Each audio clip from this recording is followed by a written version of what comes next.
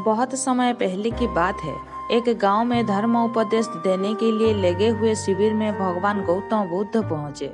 गांव के लोग अपनी अपनी समस्या लेकर उनके पास जाते और उनसे समाधान प्राप्त कर नई ऊर्जा के साथ वापस लौटते। गांव के बाहर एक गरीब राहों में बैठा बुद्ध के पास आते जाते लोगों को निहारता रहता। उसने देखा दुखी चेहरे लिए भारी कदमों से लोग भगवान गौतम बुद्ध के शिविर में जाते और नई ऊर्जा के साथ चेहरे पर खुशी वो आनंद लिए वापस लौटते। गरीब ने सोचा क्यों ना मैं भी भगवान के पास अपनी समस्या लेकर जाऊं। यह सोचकर हिम्मत करके वह भी शिविर की ओर चल देता है। शिविर में एक एक कर क्रमबद्ध तरीके से व्यक्ति को प्रवेश मिलता है, इसलिए वह भी अपनी बारी की प्रतीक्षा करने लगा। जो कुछ उसने रास्ते में देखा अब यहाँ उसे साक्षात देखने को मिल रहा है। लोग एक एक कर अपनी समस्या बता रहे थे। भगवान गौतम बुद्ध चुपचाप शांति से सबकी समस्या सुनते और जवाब देते।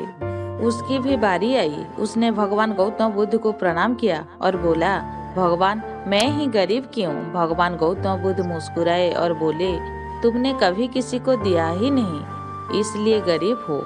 इस पर वह आश्चर्य से भगवान गौतम बुद्ध का मुंह ताकने लगा और बोला, भगवान मेरे पास कुछ देने के लिए ही नहीं है। बड़ी मुश्किल से गुजारा हो पाता है और कभी कभी तो भूखे ही सोना पड़ता है, इतना गरीब हूँ।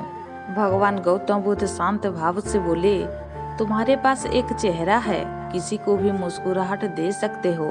तुम्हारे पास मुंह है, किसी को भी प्रशंसा भरे कुछ शब्द दे सकते हो। जो हाथ तुम्हारे पास हैं, किसी को भी मदद कर सकते हो। दरअसल जिसके पास ये तीन चीजें हैं वो भला कैसे गरीब हो सकता है? गरीब का भाव मन में होता है। मन से यह भ्रम निकाल दो। लोगों को देते जाओ, गरीब अपने आप दूर हो जाएगी। यह बात सुनकर उस गरीब का चेहरा दमक उठा। उसे अपने प्रश्न का उत्तर मिल चुका है। अब उसके मन से गरीब का भाव दूर हो गया। इस शिक्षा को जीवन में उतार कर कुछ ही दिनों में उसका जीवन खुशियों से भर गया।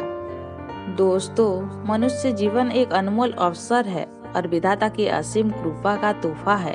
हमारा सर्वप्रथम यह कर्तव्य होता है कि हम उस परम परमेश्वर की इनायतों को समझें, ईश्वर की कृपा को जानने की कोशिश करें और इसका सबसे आसान तरीका है खुद को समझाना।